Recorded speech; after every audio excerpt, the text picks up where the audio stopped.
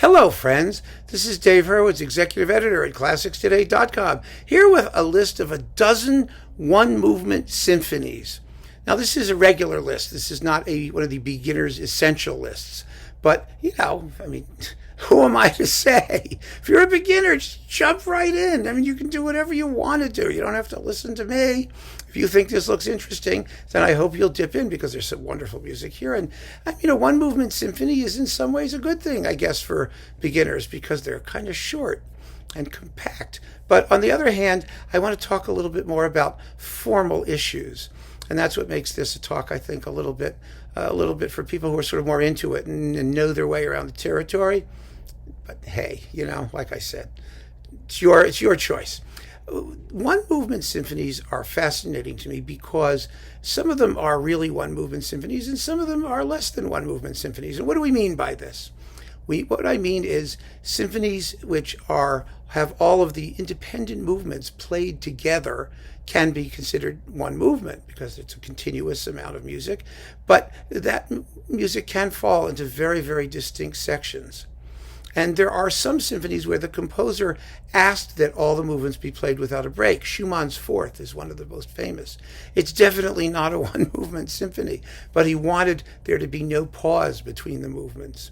And if you look at something like Nielsen's Fourth, that's written to be played together. That is, the Schumann, you could make pauses, you could sort of get away with it. And the Nielsen, you can't. The Nielsen, you must play the whole thing all the way through without a break. But again, the movements are so distinct and complete in and of themselves that, it's not a one-movement symphony. But some of them are. And then there are the ones that are really formally organic and unique, and they just take their own form, and so they occur in a single movement. And so I have a list here of both types. And the fun part, I think, is for you to listen and you just sort of figure out for yourself in what category they belong. Are they several in one? That is, what I might call the bargain basement symphonies where you get several for the price of one, or they are just legitimate one-movement structures. That's the key here. And I leave it to you to go and, tell me what you think. I'll tell you what I think, but I could be wrong, and there are sometimes in some of these pieces there are many ways of listening to them because of motivic integration and thematic work and all of these wonderful musical techniques that these composers use to create unity and wholeness and satisfying structure out of the ethereal existence of sound waves moving through time. Yeah, so let's get to it. Schoenberg's Chamber Symphony. Now, there are a lot of one-movement chamber symphonies. In fact, I could do a whole talk about chamber symphonies, and maybe I will, but there are a couple in here, so we can wait for that. It's no rush. Schoenberg's Chamber Symphony was a radical attempt to compress all four movements of a normal symphony into the space of a single movement and for smaller forces. So the whole thing is extremely compact. In its day, it was considered very, very radical and difficult to listen to. I don't know anybody who would have trouble listening to it now. I think it's a splendid work. It really is. It's wonderfully integrated, and it's not atonal. It's basically in D minor. That's sort of where it is. And oh, my goodness, just a masterpiece. And he wrote two of them. There's a later one as well that no one pays any attention to, but is also worth giving some thought to. I don't know. I can't remember if it's a one-movement one or not.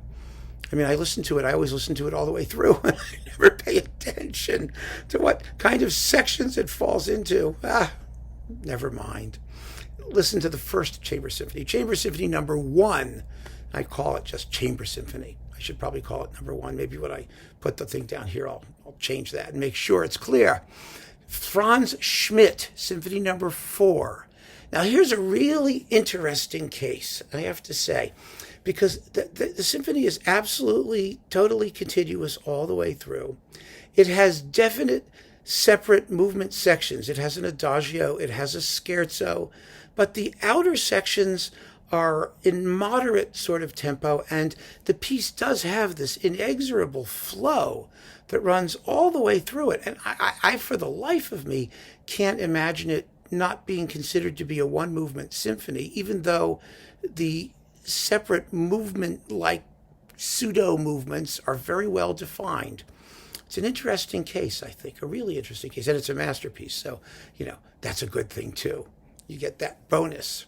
Sibelius, Symphony No. 7. Now, this is the iconic one-movement symphony because it completely evolves its own form. It has absolutely no debt to pre-existing structural considerations. I mean, you could argue that in its overall shape, it's kind of like a rondo because it has this trombone theme that occurs at the beginning. Well, sort of after the introduction, there's the trombone theme, and then after the first quick episode, and then again at the very end. But those are just like signposts. They're like columns holding up the larger structure. But that structure is sui generis. There isn't anything else like it in all of symphonic music, and that's what makes it such a masterpiece, and that's what inspired so many other composers as well. So then we get Samuel Barber's Symphony No. 1, which was clearly inspired by Sibelius, but which also has distinctive movements. Movement sections that relate more to traditional symphonic forms, a scherzo, an adagio, whatnot, unlike the Sibelius. It's a fabulous work, a terrific piece, and another one of the iconic one-movement symphonies. Carl Amadeus Hartmann, Symphony No. 2. Now, a lot of Hartmann symphonies are one-movement structures as well, but No. 2 it's marked adagio, but it actually starts adagio that has a quicker middle section and ends adagio. It's a beautiful, beautiful piece. It's only about 15, 20 minutes long. It's about the same length as like the Leonora Overture No. 3, a very powerful and passionate work that's been recorded, fortunately, quite a few times, and it really deserves your attention. If you don't know Hartmann, he really is the major post-war German symphonist, and his music is difficult and challenging, but incredibly rewarding and formally really, really well put together. And this is no exception. It's a great, great work. Julius Röntgen, or Julius Röntgen, whatever you want to call him, the wonderful Dutch composer, his Symphony No. 9, subtitled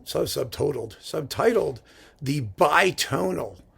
I love that. Like, let's go listen to the Bitonal. Yeah, it's the Bitonal Symphony. Röntgen was one of those composers who, later in his career, just started writing music. I mean, he just wrote lots and lots of music in chunks, and he broke off a chunk and called it symphony. I mean, orchestral stuff. And the bitonal was one of those. Is it really bitonal? Well, in spots. It's not bitonal the way like Darius Milhaud is bitonal. You don't hear this constant clash of disparate musical lines, but he was a contrapuntist after a fashion. And, it's just fun to listen to. Röntgen's music is such a joy, all of it. So this is really a cool little single movement thing, and he wrote lots of little single movement things as his career wore on. About 23 symphonies or 26 or something, 20 some odd symphonies. And most of them, after, the first few, are in a single movement. Roy Harris, Symphony No. 3. This was considered to be the great American symphony.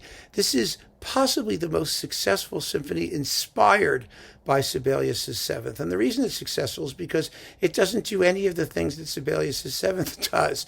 It's a completely successful organic form all by itself.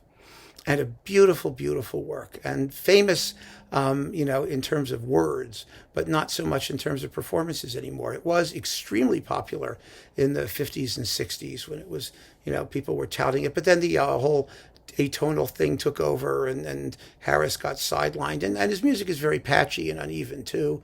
And so it hasn't really made a comeback yet. But it's about, again, 20 minutes long. Great, great, great work. Great work. Alan Pettison. Most of his symphonies are in single movements. The Eighth is in 2, but mostly they're in single movements. Giant flowing rivers of depression and gloom and doom and angst. It's wonderful. Haunting, passionate, intense, but very dark music for the most part. And I picked Symphony No. 7, which is his most popular symphony. Popular. popular the way like measles was popular, I suppose. But yes, it is popular. It's easy to follow. It has easily recurring themes and ideas, and oh my goodness, it's gripping. It's wonderful. The seventh is it's beautiful, very, very beautiful in places. A lot of his music has just this haunting lyricism running through it as well. So Symphony No. 7 by Pettersson is a great one. Just about as dark, actually, and quite powerful. Christopher Rouse, Symphony No. 1, which is also an Adagio. He just called it Adagio. But now he wrote a bunch of other symphonies. So his first symphony is a big, long, 25-minute long Adagio. It quotes Bruckner's Ninth and Wagner and stuff. It's an angry young man's post-romantic symphony thing. And very, very powerful and passionate and fun to listen to. I enjoy it enormously. Rouse was a terrific composer. He really was. He wrote great, great music. And now that he's gone, his music has, of course, fallen into desuetude. And it remains to be sorted, where he's going to pop up. But his best work is as good as anything out there. And he deserves to be played. And the First Symphony is a good place to start. It really is. It's really a gut-wrencher of a piece. It's kind of like Pettersson. Like I said, it's a little shorter. It's about half an hour. Well, okay. Have a go, Brian. Symphony No. 9. I love this symphony. I talk about it all the time. It's, Brian, most of his, he was like a grouchy Röntgen, if that means anything to you. Brian the Grouchy Röntgen. There we go. Maybe make a T-shirt out of that. He wrote lots of music, orchestral music, broken off into chunks and called Symphony No. 28 or whatever it is. The ninth, though, is a several movement in one sort of form, and it has just the most wonderful ending. Oh, it's so much fun. It comes at you kind of by surprise, but you've got bells going off and cymbals and tam-tams and an organ clonking in, but only for like 15 seconds. I mean, that's the thing about Brian and his one movement mode. He's extremely concise. Very, very aphoristic, if that's the word. He'll start something and then go to something else and then go to something else. And it can be really haunting and fascinating. I think these middle symphonies, 8, 9, 10, 11, 12, 13, 14, 15, 16, up around there, most of them in one movement, they're really, really good pieces. They speak a really distinctive musical language, and that is definitely one of them. Then Howard Hanson, Symphony No. 6. Now, this is an interesting case in point because Hansen described it as a work in 6 movements. But those movements are very short. They're all played continuously. It only lasts about 20 minutes. It's a one-movement symphony, by my way of reckoning. But that's not the way Hansen described it, because Hansen was, by nature, rather conservative, and he called it 6 movements because it has 6 distinct tempo areas. But they all flow together, and it's a very well-integrated work. So what do you think? I'd be very curious to know. I mean, to me, it's a one-movement symphony. And last but not least, we're back to the chamber symphony world. One of the greatest and least known and most beautiful pieces of music of the 20th century, Franz Schrecker's Chamber Symphony. Now, the Schrecker Chamber Symphony was also, a landmark in the history of chamber symphonydom. It is exquisitely beautiful. Schrecker was one of those late romantic decadent guys whose music has such sex appeal. I mean, it has tunes, it has magnificent orchestration.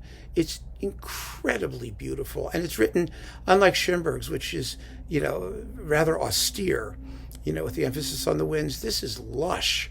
It's a fine piece to compare to Schoenberg simply because the music is so completely aesthetically different. It's only a tiny orchestra, but you've got things like, a piano or a harmonium or, and a celesta and percussion, and he was making it as big and rich and colorful as he possibly can with chamber forces, whereas Schoenberg is using the chamber forces to create a music of great austerity and linear clarity and density of thought. They just couldn't be further apart, and that's what makes them both wonderful. And they are chamber symphonies on the opposite ends of the spectrum. And with that, I conclude this little chat of 12 fabulous one-movement symphonies for you to dig into and have some fun with, and I really hope you will. Keep on listening, friends. Thanks for joining me. Take care.